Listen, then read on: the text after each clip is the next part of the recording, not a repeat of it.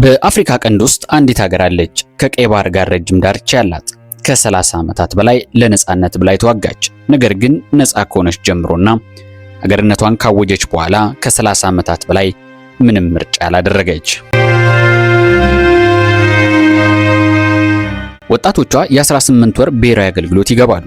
አስፈላጊ ከሆነም ለ10 ዓመትና ከዛ በላይ አገልግሎት ሊዘልቅ ይችላል። ይህች ሀገር ያላትን ሀብትና የባህር በር ዕድል መጠቀም ያልቻለችው የአምባገነኑ ኢሳያስ አፈወርቂ ሀገር ኤርትራ ናት። ኤርትራ ማን ናት? ይህን ቪዲዮ እስከ መጨረሻው ከተመለከታችሁ ኤርትራን አላቃትም እንዴ ትላላችሁ።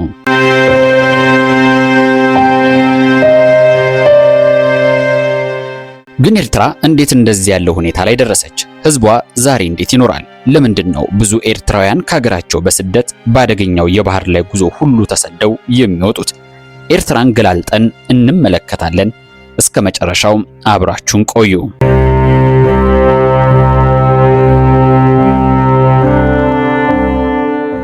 ይህችን ከተማ ታውቋታላችሁ? ዛሬ በኤርትራ ደቡባዊ ቀይ ባህር ዳርቻ ላይ የምትገኘው አሰብ ናት። ግን ይህች ከተማ ከዛሬው አሳዛኝ ሁኔታዋ በፊት ለኢትዮጵያ ምን ነበረች? ወደብ፣ የንግድ መስኮት፣ የነዳጅ መስመርና ከውጭ ዓለም ጋር የኢትዮጵያ አንዱ ቁልፍ መገናኛ። ዛሬ ግን ያ የቀድሞ የንግድ መናኸሪያነቷ የለም። ከ30 ዓመታት በፊት የኢትዮጵያ አካል የሆነው አሰብ ዛሬ የአይጦች መዘነጫ ወደብ ሆና ያ ወሳኙ የቀጠናው ወደብም ጸጥ ረጭ ብሏል።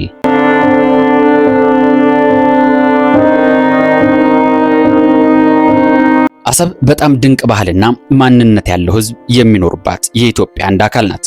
በአሰብ በጣም የሚደንቀው ነገር ህዝቡ እጅግ የሚተሳሰብና የሚቀራረብ ከመሆኑ ባሻገር ሙስሊም ክርስቲያኑ ብሔር ሳይለያቸው ተዋህደው የሚኖርባት ማህበረሰብ መገኛ ከተማ ናት። ታዲያ ይህች የኢትዮጵያ የቀድሞ አንድ አካል የሆነችው ሀገር ከከተማዋ የንግድ ማዕከልነትና የወደብ መዳረሻነቷ ባሻገር በአሰብ ጨው ለአስፓልት መንገድነት ይውላል። በአሰብ መጠነኛ የሆኑ መንገዶች ሲሰሩ የጨው ተረፈ ምርት የሆነ አካል የመንገዱ መስሪያ ነው። በዓመት አንዴ ዝናብ በምታገኘው አሰብ እኛ ሀገር እንደምናውቀው የአሰቦች አስፓልት የሚሰራው በሬንጅ እና ኮንክሪት ድብልቅ ሳይሆን ጨው የሚሆነው ምርት ለአገልግሎት ውሎ ቀሪው ተረፈ ምርት ወደ መንገድ መስሪያነት ይውላል።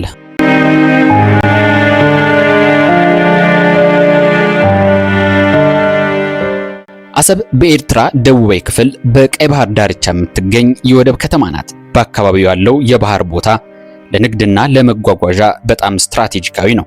ይህ ከተማ በታሪክ ውስጥ ከጣሊያን ቅኝ ግዛት ከኢትዮጵያና ከኤርትራ ታሪክ ጋር በጥልቅ የተያያዘ ነው። ነገር ግን ለዚህ ቪዲዮ ዋናው ጥያቄ ይህ ነው። አሰብ በኢትዮጵያ ዘመን ምን ነበረች?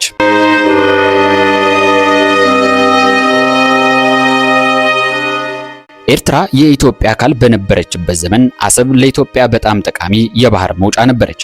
የኢትዮጵያ የውጭ ንግድ ከዚህ ወደብ ጋር በቀጥታ ይገናኝ ነበር። መርከቦች ይመጣሉ፣ ዕቃዎች ይጫናሉ፣ ይወርዳሉ። ንግዱ የጦፈ ነበር። ነዳጅ በዚህ ወደብ አማካኝነት ወደ ሀገር ውስጥ ይገባ ነበር። ዕቃዎችም በገፍ ወደ ኢትዮጵያ ይጓዛሉ። አሰብ የአንድ ከተማ ወደብ ብቻ አልነበረችም። ለኢትዮጵያ የኢኮኖሚ መግቢያና መውጫ በር ነበረች። ዛሬስ?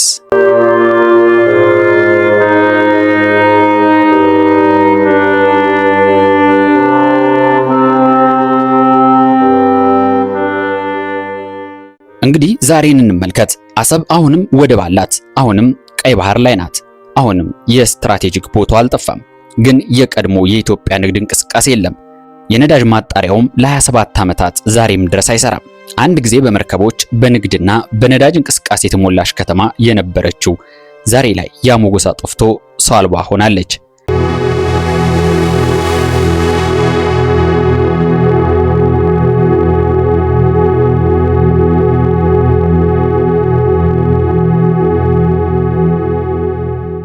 ኤርትራ በአፍሪካ ቀንድ የምትገኝ ሀገር ናት። በምዕራብ ሱዳን፣ በደቡብ ኢትዮጵያ፣ በደቡብ ምስራቅ ጅቡቲ ያዋስኗታል። በምስራቅ ደግሞ ቀይ ባህር አለ። ይህ የባህር ዳርቻ በጣም ስትራቴጂካዊ ነው። ምክንያቱም ከቀይ ባህር ወደ ስዊዝ ካናል የሚያቀናው የባህር መንገድ ከዓለም ዋና የንግድ መስመሮች አንዱ ነው። ኤርትራ ደግሞ በርካታ ደሴቶች አሏት። በተለይ የዳህላክ ደሴቶች የሀገሪቱ የባህር ሀብትና ታሪክ አካል ናቸው። የሀገሪቱ የመሬት ወይም የቆዳ ስፋት ደግሞ ከ120,000 ካሬ ኪሎ ሜትር በላይ ነው። እንደ 25ቱ የዩናይትድ ኔሽን መረጃ ከሆነ የኤርትራ ህዝብ ብዛት ወደ 3.6 ሚሊዮን ያህል እንደሆነም ያሳያል።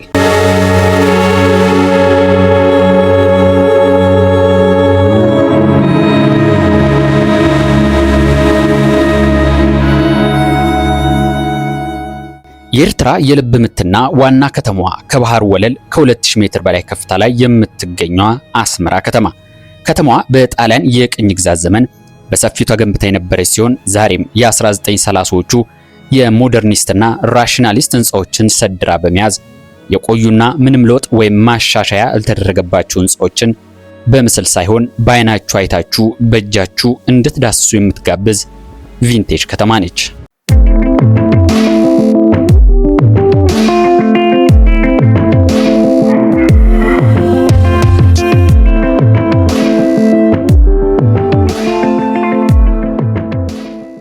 ካፌዎች፣ ሲኒማዎች፣ አሮጌ ህንጻዎች፣ ካቴድራሎች፣ መስጊዶች እና ጣሊያን የገነባቻቸው ጎዳናዎች አሁንም ዘመናዊነትን እየናፈቁ አሊያም በደንብ ተጠብቀው ቅርስነታችን ይታወቅ እያሉ የሚናገሩ ናቸው።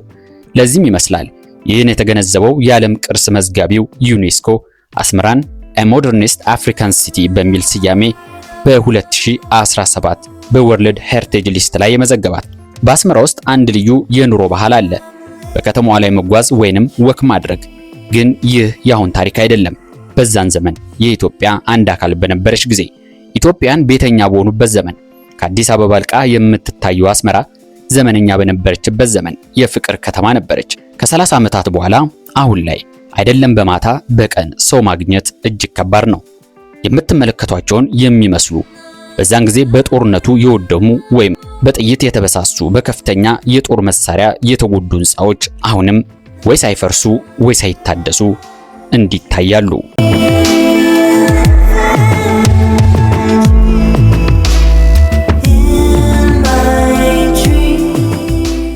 ኤርትራ የዛሬ የፖለቲካ ድንበር ብቻ አይደለችም። ይህ አካባቢ ለሺዎች ዓመታት የንግድና የስልጣኔ መስተጋብር ቦታ ነበር። የቀይ ባህር ቅርበት ከአረብ ባህረ ሰላጤ ከአፍሪካ ውስጣዊ ክፍሎችና ከሌሎች የንግድ መስመሮች ጋር ግንኙነት ፈጥሮላታል። የኤርትራ ታሪክ ከአክሱም ስልጣኔ ጋርም በእጅጉ የተቆራኘ ነው።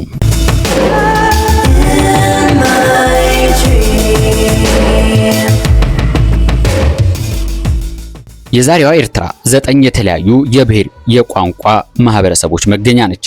ትግርኛ፣ ትግሬ፣ ሳሆ፣ አፋር፣ ቢሌን፣ ኩናማ፣ ናራ፣ ራሻይዳ፣ ሂድሬብ ወይም ቢድዋይት በውስጧ የሚገኙ ብሔሮች ናቸው። ይህ ማለት ኤርትራ አንድ ቋንቋና አንድ ባህል ብቻ ያላት ሀገር አይደለችም።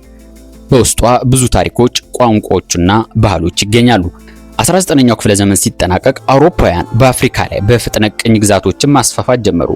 ጣሊያንም የዚህ አንድ አካል ነበረች። በቀይ ባህር ዳርቻ ያሉ ወደቦች ለጣሊያን በጣም ጠቃሚ ስለነበሩ ኤርትራ የጣሊያን ስትራቴጂክ ቅኝ ተገዢ ሀገር ሆነች። በተለይ አሰብና ምጽዋ የጣሊያን ሁነኛ ቁልፍ ቦታዎች ሆኑ። በ1890 ጣሊያን ኤርትራን በይፋ ቅኝ ግዛቷ አድርጋ የኔ ነች የሚለውን ለዓለም አወጀች። አስመራና በርካታ የኤርትራ ከተሞችም በፍጥነት ማደግ ጀመሩ። ታዲያ የዛን የተገነባችው አስመራ ምን ትመስል ይሆን ብላችሁ መቆጨት አያስፈልግም። ምኗም ሳይነካካና ሳይቀየር አሁንም እንደዛው አለች።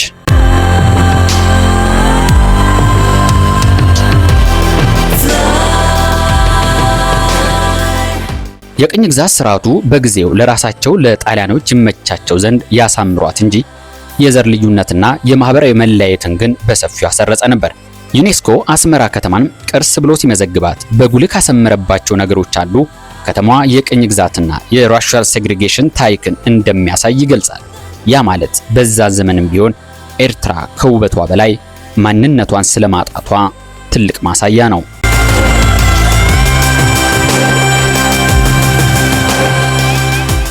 በ1941 የብሪታንያ ኃይሎች የጣሊያንን ኃይል በኤርትራ አሸነፉ። ከዚያ በኋላ ኤርትራ በብሪታንያ አስተዳደር ስር ወደቀች። ግን ትልቁ ጥያቄ የነበረው ይህ ነው። ኤርትራ ምን ትሆናለች? ራሷን የቻለች ሀገር ወይስ ከኢትዮጵያ ጋር መቀላቀል ወይስ ሌላ አማራጭ አላት የሚል ነበር። ከሁለተኛው ዓለም ጦርነት በኋላ የኤርትራ የወደፊት ዕጣ ዓለም አቀፍ ጉዳይ ሆነ። እንደ አውሮፓውያን አቆጣጠር በ1952 ኤርትራ ከኢትዮጵያ ጋር በፌዴሬሽን ተዋሃደች። በወረቀት ላይ ኤርትራ የራሷ ፓርላማና የውስጥ ጉዳይ አስተዳደር የነበራት ክልል ነበረች። ግን ይህ ስርዓት ረጅም ጊዜ አልቆየም። በ1962 ፌዴሬሽኑ ተወግዶ ኤርትራ በኢትዮጵያ ውስጥ እንደ አንድ አካል ሆና ተዋሃደች።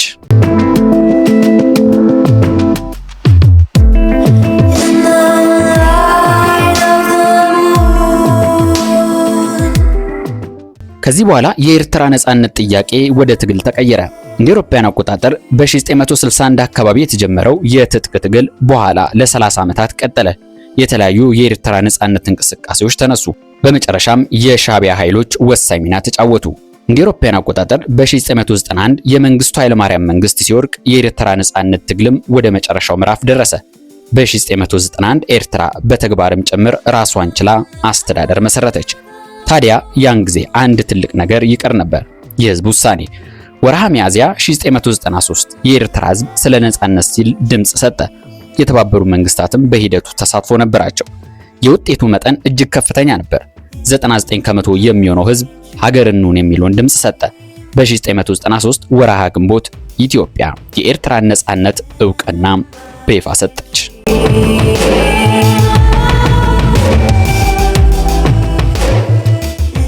ግንቦት 28 ኤርትራ የዩናይትድ ኔሽን አባል ሆነች። ለ30 ዓመታት ሀገር ለመሆን የተዋጋችው ሀገር በመጨረሻ ነጻ ሆነች። ብዙ ሰዎች በዚያን ጊዜ አዲስ ዘመን እንደጀመረ አመኑ። ፌሽታ ሆነ። አስመራ፣ ከረን፣ ዳህላግ ፈንጠዝያ ሆነ። የነበረከት መንግስት አብ ነህና ሀገር የነጻነቱ ማድመቂያ ዘፈን ሆነ።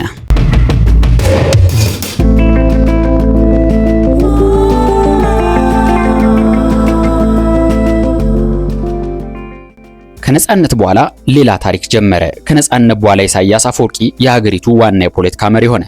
ከ1993 ጀምሮ እስከ ዛሬ አሊያም በቀጣይ ህይወቱ እስኪያልፍ ድረስ ፕሬዝዳንት ሆኖ የሚቀጥል የሚመስለው ኢሳያስ አፈወርቂ እንደ አውሮፓውያን አቆጣጠር በ1997 ህገ መንግስት ጸድቆ ብዙዎች ይህ ኤርትራን ወደ ምርጫና ዲሞክራሲ ይወስዳታል ብሎ ጠበቁ። ነገር ግን ህገ መንግስቱ በተግባር አልተፈጸመም። ዛሬም ድረስ በኤርትራ ከነጻነት 1993 ጀምሮ ለ33 ዓመታት በላይ ብሔራዊ ምርጫ በኤርትራ አንድም ጊዜ ተካሂዶ ብቻ ሳይሆን ታስቦ ማያውቅም።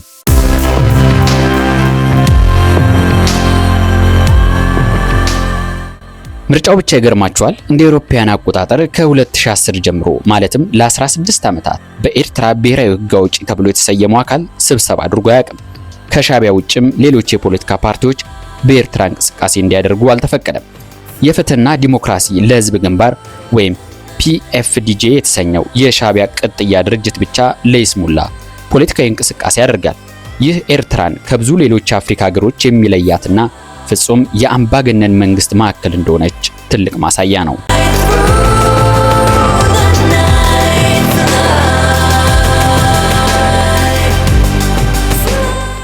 ነጻነት ከመጣ ከ5 ዓመት በኋላ ኤርትራና ኢትዮጵያ ወደ ጦርነት ገቡ።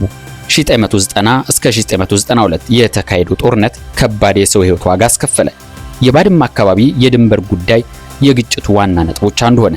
ጦርነቱ በ1992 በስምምነት ቢቋጭም የሁለቱ ሀገሮች ግንኙነት ለብዙ ዓመታት በፍራቻና በጥላቻ ታጅቦ ለበርካታ ዓመታት ተራርቆ ቆየ።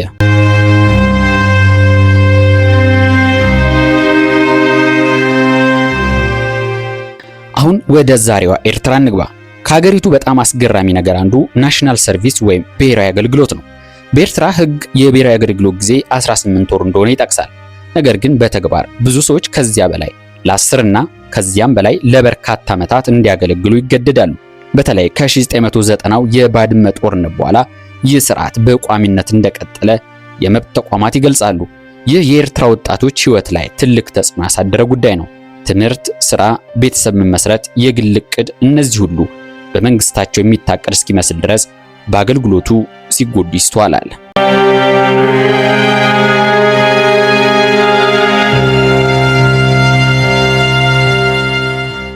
ሳዋ በኤርትራ የወጣቶች ታሪክ ውስጥ በጣም የሚታወቅ ስም ነው። ከ1990 ጀምሮ በኤርትራ ብዙ የሁለተኛ ደረጃ ተማሪዎች የመጨረሻ ዓመታቸውን በሳዋ እያጠኑ ከወታደራዊ ስልጠና ጋር እንዲያሳልፉ እንደሚደረጉ ሂዩማን ራይትስ ዎች በ2026 ሪፖርት ገልጿል።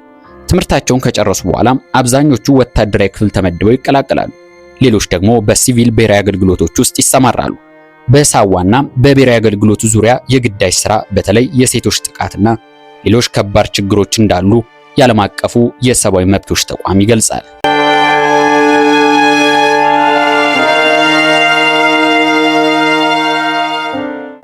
ኤርትራውያን በየቀኑ እንዴት ይኖራሉ? የኤርትራውያን ሕይወት ከአስመራ እስከ ገጠር፣ ከተራራማ አካባቢ እስከ ዝቅተኛ በረሃማ ቦታ እንዲሁም በባህር ዳርቻ በጣም ይለያያል። አብዛኛው ማህበረሰብ በእርሻ አማካኝነት ይተዳደራል። ጥቂት የማይባሉት ከእንስሳት እርባታ፣ ከንግድ፣ ከአሳ ማጥመድ ወይም ከሌሎች አገልግሎት ዘርፍ ጋር የተያያዙ ስራዎችን በማከናወን ሕይወትን ይመራሉ።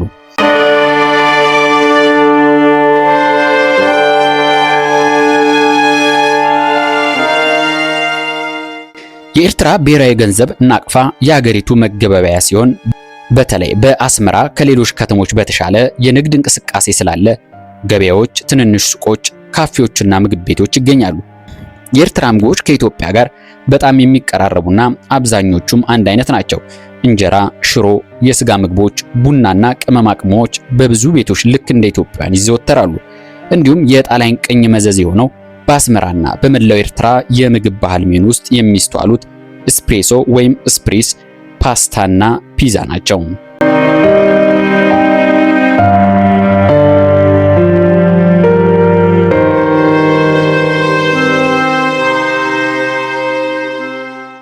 አሁን ወደ ሌላኛው የኤርትራውያን የህልም እንጀራ ወደ ሆነው የሚዲያ ነጻነት እንመለስ። ኤርትራ ከዓለም በጣም አምባገነናዊ የሚዲያ አፈና ከሚደረግባቸው ሀገሮች መካከል አንዷ ናት። ለአብነት ያህል ከውጭ ሚዲያዎች መካከል ልክ እንደ ኢንዲፔንደንት ያሉ ሚዲያዎችን ጨምሮ በርካታ ሚዲያዎች ሲባረሩ አሁንም ድረስ አንድም የውጭ ሚዲያ በኤርትራ ቋሚ ቢሮ ያለው የለም። የሚፈልጉት ሪፖርት ካለና መረጃ ለማግኘት ወደ ኤርትራ ከሄዱ በሻዕቢያ መንግስት የሚያልፉበት የፍቃድ ሂደት እጅግ ተራራ ስለሚሆንባቸው ለመግባት እምብዛም ፍላጎት የላቸውም። የሀገር ውስጥ ሚዲያ ሳትሉ መቼም 2-3 እንደማልላችሁ የታወቀ ነው። የኢሳያስ አፈወርቂ የፕሮፓጋንዳ ማሽን የሆነው ኤርቲቪ ብቸኛው የሀገሪቱ ሚዲያ ሆኖ የራሱን ዜናዎች እዩልኝ በማለት ለኤርትራውያን ያስኮመኩማል። የሻዕቢያ መንግስት በሚዲያዎች ላይ የሚያደርገው ቁጥጥር እጅግ የላቀ ነው። እንደኛ ሀገር ኢትዮጵያ በነጻነት የምትጠቀሙት ቲክቶክ፣ ዩቲዩብ እና ሌሎች በርካታ ማህበራዊ ሚዲያ ማግኘት በበረሃ ላይ የምንጭ ውሃ እንደማግኘት ይቆጠራል። ምክንያቱም ማህበራዊ ሚዲያ ለመጠቀም የኢንተርኔት አገልግሎት የሚያገኙት በቪፒኤን አማካኝነት ከመሆኑ ባሻገር ኢንተርኔት የለም በሚያስብል ደረጃ አገልግሎቱ እጅግ ቀርፋፋ ነው። ከዛም ባለፈ እጅግ ከፍ ያለ ቁጥጥር ስለሚደረግ ያልተፈቀደ ማህበራዊ ትስስር ላይ የሚገኝ ሚዲያ መመልከት ለከፍ አደጋ ያጋልጣል።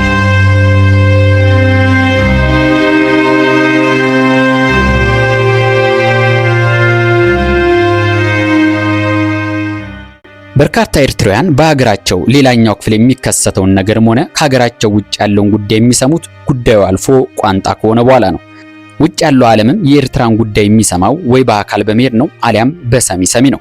እነዚህና መሰል ጥያቄዎች ያላቸው እንዲሁም መረጃ መስማት ከሰለጠነው ዓለም ጋር መራመድን የናፈቁ ኤርትራውያን ወጣቶች የረጅም ጊዜ ብሔራዊ አገልግሎት የሰለቻቸው፣ የፖለቲካ ነጻነት ውስንነት ያንገሸገሻቸው፣ የኢኮኖሚ ዕድሎች እጥረት ያጋጠማቸውና ሌላው ቀርቶ የትምህርትና የግል ወደፊት እቅድ ላይ ያሉ የመንግስታቸው ገደቦች የመረራቸው ወጣቶች ብዙ ጊዜ በባህር ይሁን ባገኙት አጋጣሚ ሀገር ለቀው ይሰደዳሉ። አስቡት፣ ይህ ሁሉ ስደት የሚከሰተው እጅግ ቁጥጥር የሚደረግበትን ከሀገር የመውጣት ሕግን የተላለፈው ሞትን በመጋፈጥ ነው። ምናልባት መንግስታቸው ከሀገር መውጣትን በነጻነት ቢፈቅድ አንድም ኤርትራዊ ኤርትራ ላይ ላይገኝ ይችል ይሆናል።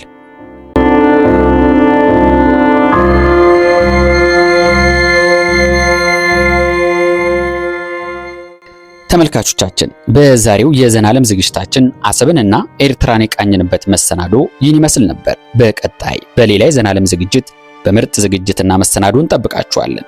ቻናሉን ሰብስክራይብ ያላደረጋችሁ ቤተሰብ እንድትሆኑ እየጋበዝኩ ቪዲዮውን ከወደዳችሁት ላይክ እና ሼር እንዲሁም ኮመንት በማድረግ ሐሳባችሁን አጋሩን። ሰናይ ጊዜ